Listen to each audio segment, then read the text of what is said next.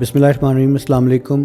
Path finder के platform से मैं सैयद माजिद हुसैन आपकी खिदमत में हाज़िर हूँ और आज हम डिस्कस करेंगे यूके का टियर 2 वीज़ा, क्योंकि मेरे क्लाइंट्स अक्सर मुझसे इस बारे में बहुत से सवालात करते हैं, पूछते हैं और आज मैं कोशिश करूँगा कि आपको उसके मुतालिक तमाम तफसीलात जो है वो दूँ और सलूशन जो है वो प्रोवाइड करूँ। अच्छा, सबसे ज़्यादा जो पूछे जाने वाला सवाल है ना, वो ये है कि यूके का टियर 2 वीज़ा जो है वो बेसिकली क्या है और किस तरह उसको हासिल किया जाता है। तो व्यूअर्स, मैं आपको बताना चाहूँगा कि बेसिकली टियर 2 वीज़ा जो है वो सबसे ज़्यादा डिमांडिंग भी है।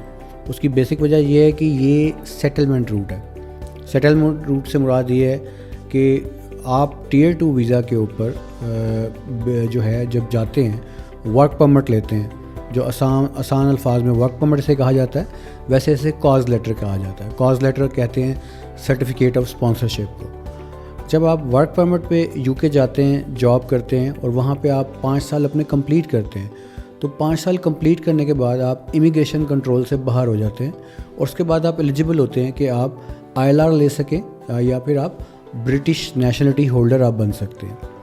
तो इसलिए सबसे ज़्यादा डिमांडिंग ये वीज़ा है और ये टियर 2 रूट है। अच्छा, दूसरा पूछे जाने वाला सवाल जो मुझे है वो ये मिलता है कि यूके में टियर 2 वीज़ा जो कैटेगरी है उसकी डिमांड है या नहीं है। तो मैं आपको ये बताना चाहूँगा कि सबसे ज़्यादा डिमांड जो है वो टियर 2 वीज़ा कैटेगरी की है। बेसिकली क्या है कि यूके में आप जॉब पे जाते हैं, उसमें CIS कोड्स हैं डिफरेंट, जिन कोड्स पे आपको जॉब्स अवेलेबल होती है। कंस्ट्रक्शन कंपनी की होगी, IT की हो गई, उसमें आपके हेल्थ केयर में आ जाता है, आपका नर्सिंग स्टाफ आ जाता है, मेडिकल में आ जाते हैं, डॉक्टर्स आ जाते हैं, डेंटिस्ट आ जाते हैं, इवन रेस्टोरेंट्स आ जाते हैं इसके अंदर, और तमाम कोड्स उसके अंदर जो मौजूद हैं। जो जॉब्स जैसे सिंपली आप पाकिस्तान में या किसी और भी मुल्क में जाके आप जॉब्स करते हैं, तो अपनी स्पेशलाइजेशन या अपनी एजुकेशन के मुताबिक या अपनी एक्सपर्टीज़ के मुताबिक जो है आप यूके में जॉब हासिल कर सकते हैं। उसी की बेस पे आपको टियर 2 जो वीज़ा है ये मिलता है और आपका एम्प्लॉयर जो है वो आपको बुलाता है। यूके के वीज़े के हवाले से बड़ा एक अहम सवाल पूछा जाता है मुझसे, वो ये कि यूके का जो है वो स्टूडेंट का जो वीज़ा है वो टियर 2 में कन्वर्ट किया जा सकता है, तो नहीं किया जा सकता। एज अ स्टूडेंट जब आप स्टडी करने जाते हैं तो आप अपनी जब स्टडी कंप्लीट करते हैं तो उसके बाद आपके पास ये ऑप्शन होती है कि आप वापस आ जाएं, या आपको जो है चंद दिन आपके पास होते हैं अपनी स्टडी कंप्लीट करने के बाद आप कन्वर्ट नहीं कर सकते लेकिन स्विच कर सकते हैं। अब मैं आपको स्विच और कन्वर्ट का मतलब बताता हूँ। कन्वर्ट तो ये होता है कि जो आपको कैश लेटर मिला हुआ है, कॉज लेटर होता है वर्क परमिट टियर 2, ठीक है, लेकिन स्टूडेंट वीज़ा के अंदर आपको मिलता है कैश लेटर। उस कैश लेटर को आप कॉज लेटर में तब्दील नहीं कर सकते।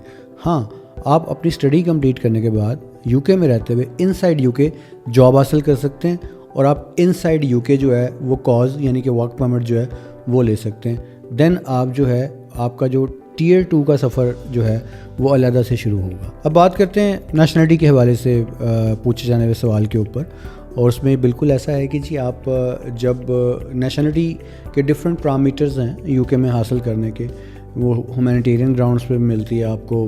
कुछ लोग जो हैं वो असाइलम क्लेम कर देते हैं। बहरहाल हम उस चीज़ में नहीं जाते। जो सबसे बेस्ट और सिंपल जो इसका जो प्रोसीजर है, जो तरीका है, वो सिर्फ टियर 2 वर्क परमिट में आता है, क्योंकि टियर 2 वर्क परमिट मैंने जैसे आपको पहले भी बताया कि ये सेटलमेंट रूट है। सेटलमेंट रूट का मतलब ही ये होता है कि जिस ऐसी इमिग्रेशन लाइन जिसके अंदर जो है आप नेशनलिटी या ILR जो है वो हासिल कर सकते हैं। तो टियर 2 जो है वो डायरेक्ट रूट है जो ब्रिटिश नेशनलिटी के लिए, आपके ब्रिटिश पासपोर्ट के लिए। वो इस तरह से है कि जब आप 5 साल कंप्लीट करते हैं यूके में एज अपने वर्क परमिट पे काम करते हुए जो है टियर 2 के अंदर, 5 साल कंप्लीट करने के बाद आप इमिग्रेशन कंट्रोल से बाहर हो जाते हैं। यानी कि अब आपको इमिग्रेशन ये नहीं कहेगी कि अब आपको वापस जाना है या आपके पास 60 दिन है या ऐसा कोई लेटर नहीं आएगा। उसके बाद आप जो है अपना केस फाइल करते हैं ILR के लिए। اور اس کے ڈفرینٹ پروسیجرز ہیں, ڈفرینٹ پروسیسز ہیں جو فردر ڈیٹیل میں گائیڈ کیے جا سکتے ہیں. بعد میں آپ کے سالیسٹرز وہ کیس پروفائل کرتے ہیں, آپ اپنا جو ہے بڑا انٹرسٹنگ سا پروسیجر ہے, آپ اوتھ لیتے ہیں جو ہے چارلز میجسٹی کے انڈر. اس کے علاوہ آپ ان کا نیشنل اینتھم جو ہے وہ وہاں پہ ان کو یاد آپ کو ہونا چاہیے, وہ آپ سناتے ہیں اور آپ کو ILR جو ہے وہ مل جاتا ہے. اس کے بعد جو ہے آپ نیشنلٹی ہولڈر بھی بن جاتے ہیں. اچھا, آپ بات کرتے ہیں کہ اگر آپ اسپاؤس اور بچوں کو بلانا چاہتے ہیں تو بالکل جی Tier 2 کیٹیگری کے اندر آپ جو ہے اس پہ ڈپینڈنٹس الاؤڈ ہوتے ہیں.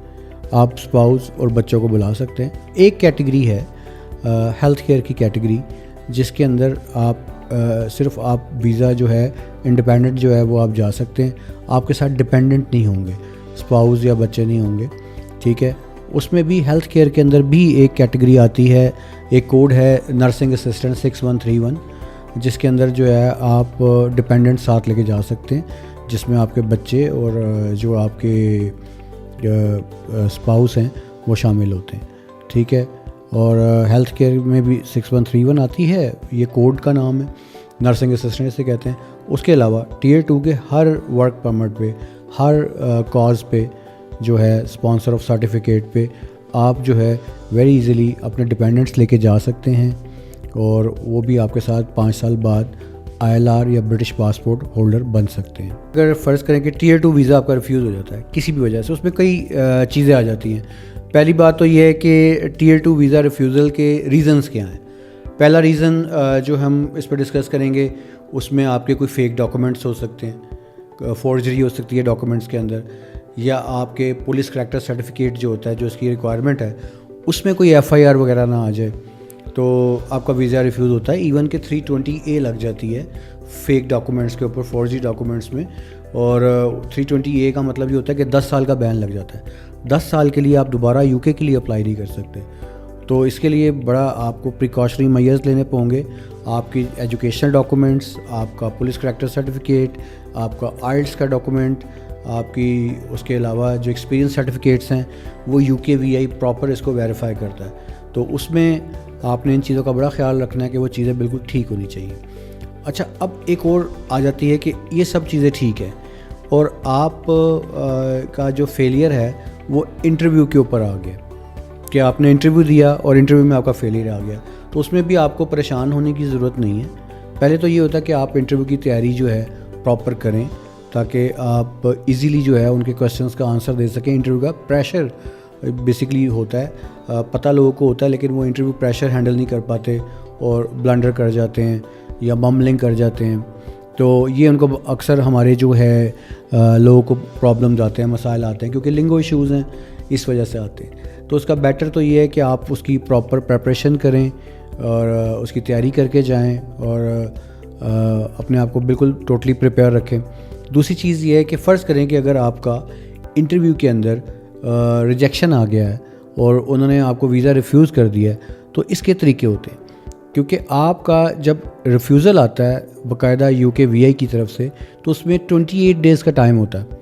آپ کو بتایا جاتا ہے کہ 28 دنوں کے اندر جو ہے آپ نے اپنا ایڈمن ریویو جو ہے وہ کرنا ہے. ایڈمن ریویو جب آپ کرتے ہیں تو اس میں چانسز ہوتے ہیں کہ آپ کا جو ویزا ہے وہ ریووک ہو سکے. لیکن ایڈمن ریویو آپ نے کس سے کیا ہے, آپ کا سولیسٹر کون ہے, آپ کا کنسلٹنٹ کون ہے, اس نے کس طرح کا آپ کا کورس آف ایکشن تیار کیا ہے, یہ بڑی امپورٹنٹ چیز ہوتی ہے. پھر آپ اپنا جو ہے کورس آف ایکشن تیار کر کے ودن 28 ڈیز آپ UK میں سبمٹ کرواتے ہیں. تو آپ کا جو کاز ہوتا ہے, جو ورک پرمٹ ہوتا ہے, اس کا جو اسٹیٹس ہوتا ہے وہ ہولڈ پہ چلا جاتا ہے.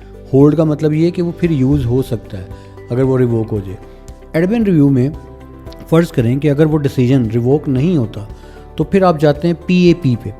PAP کہتے ہیں جی پری ایکشن پروٹوکول.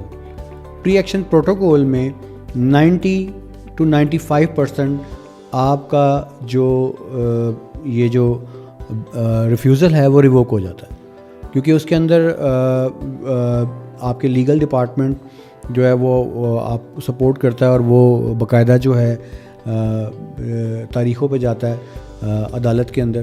تو وہاں پہ یہ چیزیں ریووک ہو جاتی ہیں. ہوتا یہ ہے کہ UKVI والے ہی سیٹلمنٹ کر لیتے ہیں کہ آپ اس کو آگے نہ لے کے جائیں, کیونکہ اگر PAP میں بھی ریووک نہ ہو तो थर्ड जो होता है वो जुडिशरी होती है।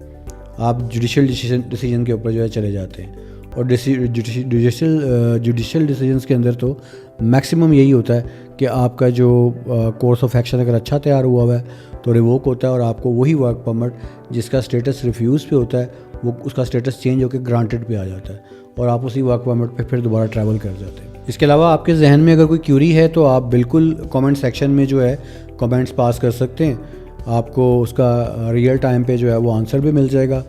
और कंसल्टेंसी के लिए भी आप जो स्क्रीन पे आपको नंबर नज़र आ रहे हैं उन नंबर्स पर रब्ता कर सकते हैं, और आप हमें सब्सक्राइब कीजिए। और जिन सवालात के जवाबात आपको कंसल्टेंट नहीं दे पाते या आपको नहीं मिल रहे होते, आपको उन तमाम सवालात के जवाब यहाँ पे मिल जाएंगे। Thank you very much.